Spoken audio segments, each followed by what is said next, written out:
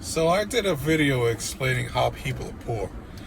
Even if you have a nice house and a nice car and all that stuff, you're still poor because you needed the bank to loan you the money to get those things. I explained that. A lot of people agreed. A lot of people went nuts. Wow, did they go nuts? I guess nobody likes being told they're not as successful as they thought they were. So it all came down to people telling me how rich people use debt to make money. And this is true. Except nobody seems to really understand how this works. So let me explain a few things. First off, if I have $1 million and I decide to invest $250,000 into whatever it is, stocks, real estate, whatever it is, I'm not going into debt. Now, even though I have $250,000 and I'm spending that money, and there's no guarantee that I'm getting it back, I'm not going into debt because I have $750,000 left. That's not debt. Okay? Debt is when you send out more money than you bring in. That's debt. Okay? People gave me the argument, well, rich people don't buy houses in cash. That's true. That's because, like I explained before, rich people have that option. Either they pay for the house in cash and everything all the value that house gains after that is all profit, or they put a mortgage on the house. They pay off the mortgage the same way you would do rent, because to them it's not that big a deal. And then when they turn around and sell the place, which they will, it's all profit after that. Because unlike you, they're not making minimum payments of a mortgage. So that's not debt. So I really don't think anybody understands what good debt is. Here's what good debt is. Good debt is normally short-term debt. Good debt is usually done in an investment. You put money into something, you're expecting a return in a certain amount of time. That's good debt. The only problem with good debt is good debt can spiral into bad debt very, very fast. Very, very easy. See? So if I have the money already, I'm not going into debt spending money. As long as I don't spend more than I have. That's debt. Now, good debt is what people do, like the stock market or real estate. You invest in something, it goes up in value, you get your money back, plus whatever the value that was gained. That's good debt.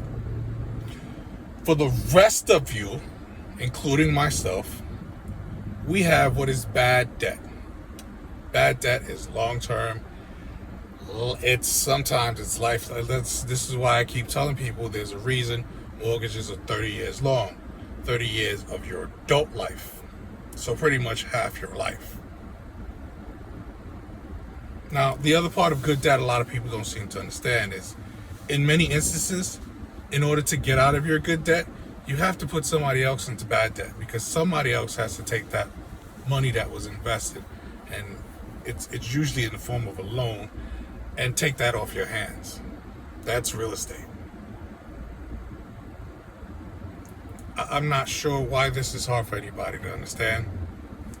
I'm really sick and tired of people pointing to billionaires and millionaires and saying this is the key to success. Because in actuality, a lot of these people, such as the self-made people who start off with small loans of $1 million, I won't mention any names, and he's not the only one.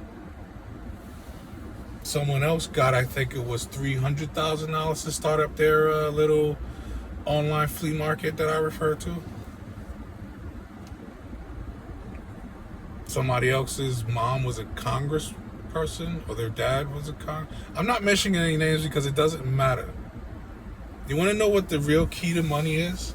This is the part that no one tells you. First, if somebody is trying to sell you an idea on how to make money, they're making money off selling you the idea.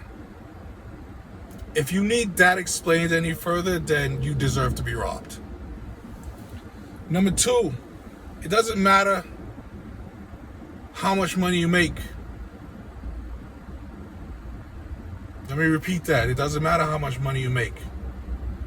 What matters is how much money you keep making. There's a reason why a lot of athletes go broke a couple of years out of retirement. There's a reason a lot of lottery winners go broke a couple of years after winning the lottery. Because it's not enough to make money. You have to keep making money. And depending on your lifestyle, you have to keep making a certain amount of money, so that you don't have to worry about good debt or bad debt. See, again, debt is when you send out more money than you bring in. I'm not sure why this is difficult for people to understand. If you're struggling every month to make payments, your house, your car, and whatever, I'm sorry to tell you, you're poor. You're not in good debt. You're poor. See, struggling to make payments every month and working hard and busting out, that's not good debt. That's not how good debt works. Now, good debt can be good debt, and you can turn a profit somewhere down the line. But until you turn that profit, that's not good debt. That's not how that works. Good debt is short term. Like I said before, it can spiral into bad debt very, very quickly. There's a reason a lot of businesses fail the first few years of opening, because their good debt spiraled into bad debt very, very quickly. I don't know how to explain this any better. Seriously, I don't. I really don't. So, good luck with your debt.